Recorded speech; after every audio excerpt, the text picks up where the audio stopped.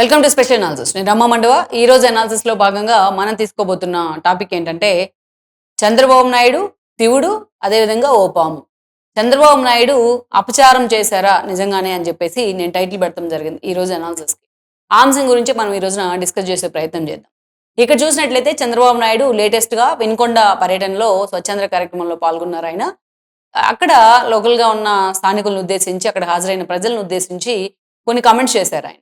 రాజకీయంగా వెండెట్టాకు నేను వెళ్ళను అని చెప్తూనే ఒకవైపు, ఇంకోవైపు ఎవరైనా సరే తోక జాడిస్తే వాళ్ళ సంగతి తేలుస్తా అనే విధంగా ఆయన కొన్ని ఏదైతే అంశాల మీద చాలా కీలక ప్రసంగం కూడా చేశారు. చాలా కీలక అంశాలు కూడా మాట్లాడారు. చిన్నతనం నుంచి తాను పెరిగిన విధానంతో పాటు యూనివర్సిటీలో కానీ, అదేవిధంగా విద్యార్థి దశలో కానీ తాను ఫేస్ చేసిన సిచ్యువేషన్స్ అన్నీ కూడా ఈ మధ్యకాలంలో ఎక్కడికి వెళ్ళినా అట్లా హ్యూమన్ టచ్ ఇచ్చే ప్రయత్నం చేస్తున్నారు ఆయన. తన ప్రసంగానికి కానీ, అటు ఎదురుగా ఉన్న జనానికి కానీ కొంచెం డిఫరెంట్గా ఉంది. చంద్రబాబు నాయుడు స్టైల్ మార్చారనేది మనకు అర్థమవుతూ ఉంటుంది. అయితే ఈ క్రమంలోనే మాట్లాడుతూ ఆయన, నేను ఎవరైనా సరే ఎక్కువ చేస్తే, ఓవర్ యాక్షన్ చేస్తే నేను ఏం చేస్తాను అని చెప్పే క్రమంలో ఆయన ఏం చెప్పారంటే, శివుడి మెడలో పాము ఉంటుంది, ఆ శివుడి మెడలో పాము నిజంగానే ఓవర్ యాక్షన్ చేస్తూ ఉంటే, ఆ మాట కూడా అనలేదు ఆయన, నేను వాడుతూ ఉన్నాను.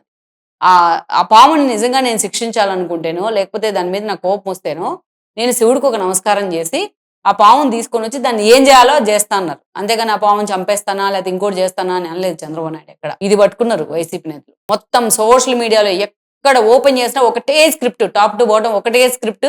ఇంకేముంది, చంద్రబాబు నాయుడు శివుడికి అపచారం చేశారు, అదొకటి. ఎందుకంటే వీళ్ళు తిరుమల లడ్డూలు అపచారం చేశారు కాబట్టి వీళ్ళ కళ్ళకి పైత్యం ఉంది కాబట్టి అందరి కళ్ళకి అలాగే కనిపిస్తారు. శివుడికి అపచారం ఎక్కడ చేశారు ఆయన? శివుడికి నమస్కారం చేసి ఆ పాముని తీసుకొని వస్తా అన్నారు. అండ్ ఇంకోటి, శివుడి మెడలో ఉండేది వాసుకి. అసలు వాసుకి గొప్పతనం ఏంటో కూడా వీళ్ళకి తెలియదు, ఈ మాట్లాడే వాళ్ళకి. అసలు ఎందుకు శివుడి మెడలో ఆ పాము ఉందో కూడా మినిమం కామన్ సెన్స్ ఉండదు వీళ్ళకి.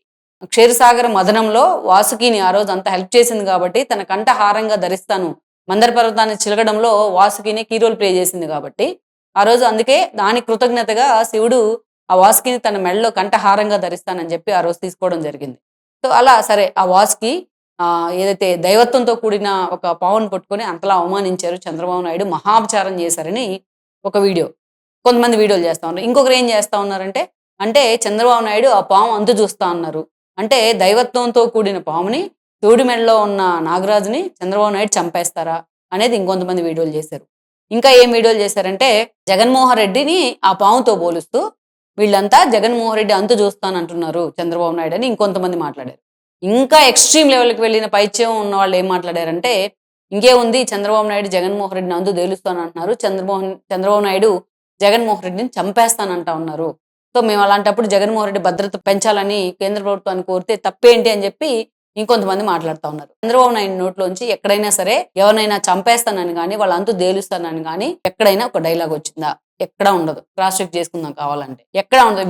వీళ్ళే ఊహించేసుకొని మాట్లాడుతూ ఉన్నారనమాట. ఇంకా కొంతమంది ఏం పోలుస్తూ ఉన్నారంటే, ఇటీవల చంద్రబాబు నాయుడు తిరుమల లడ్డు వ్యవహారంలో చంద్రబాబు నాయుడు ప్రభుత్వం చేస్తున్న ఓవర్ యాక్షన్ ని బీజేపీ కంట్రోల్ చేస్తా ఉంది. చంద్రబాబు నాయుడు ఢిల్లీ వెళ్ళినా కూడా అక్కడ బీజేపీ పెద్దలు ఎవరు కూడా చంద్రబాబు నాయుడు పట్టించుకోవట్లేదు.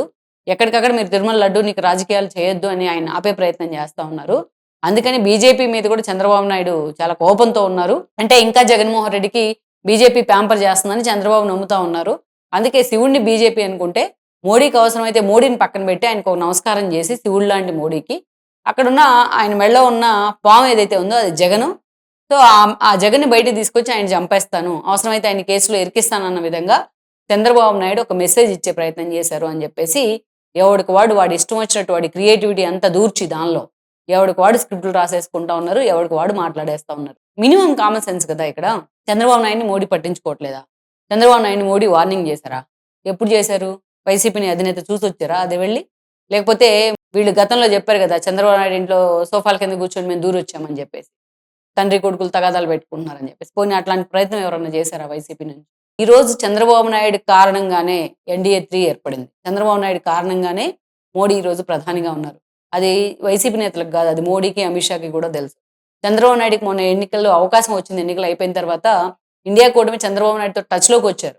టచ్లోకి వస్తామని రాహుల్ గాంధీ కూడా ప్రకటన చేశారు, మాకు మద్దతు ఇవ్వమని అడుగుతామని చెప్పి మల్లికార్జున ఖర్గే కూడా మాట్లాడడం జరిగింది. అయినా సరే చంద్రబాబు నాయుడు, మేము ఎన్డీఏతోని పొత్తులు పెట్టుకుని ఎన్నికలకు వెళ్ళాం కాబట్టి మా సాలిడ్ మద్దతు మోడీకి అని గన్నవరంలోనే ప్రకటించాడు, ఢిల్లీలో ఫ్లైట్ దిగిన తర్వాత కూడా ప్రకటించాడు ఆయన. ఎన్డీఏ పక్ష సమావేశంలో పవన్ కళ్యాణ్తో సహా చంద్రబాబు నాయుడు కూడా పాల్గొని అక్కడ మోడీని ప్రధాన అభ్యర్థిగా ఎంపిక చేసి మరీ వచ్చారు చంద్రబాబు నాయుడు. ఈరోజు నితీష్ లాంటి గోడ మీద పిల్లుల్ని నమ్మడానికి లేదు. వాళ్ళని చూసిన తర్వాత చంద్రబాబు నాయుడు వాల్యూ ఏంటనేది మోడీకి అండ్ అమిత్ షాకి అర్థమైంది. ఈరోజు అందుకే చంద్రబాబు నాయుడు కానీ ఆయన కొడుకు కానీ అడగడంతోనే అపాయింట్మెంట్ వస్తూ ఉంది. రాష్ట్రానికి ఎప్పుడూ లేని నిధులు వరద కురుస్తూ ఉంది కేంద్రం నుంచి. అంతేకాదు అమరావతి పునర్నిర్మాణం దగ్గర నుంచి ప్రతి విషయంలో ఈరోజు కేంద్రం భాగస్వామ్యం అయ్యే ప్రయత్నం చేస్తూ ఉంది. గతంలో అమరావతి విషయంలో తాను చేసిన తప్పులను ఈరోజు బీజేపీ కడుక్కునే ప్రయత్నం చేస్తూ ఉంది. ఇవన్నీ ఎవరి కారణంగా జరుగుతున్నాయి? చంద్రబాబు నాయుడు కారణంగా. సో అలాంటిది చంద్రబాబు నాయుడు నువ్వు మాకు అవసరం లేదని పక్కన పెడతా ఉన్నారా మోడీ?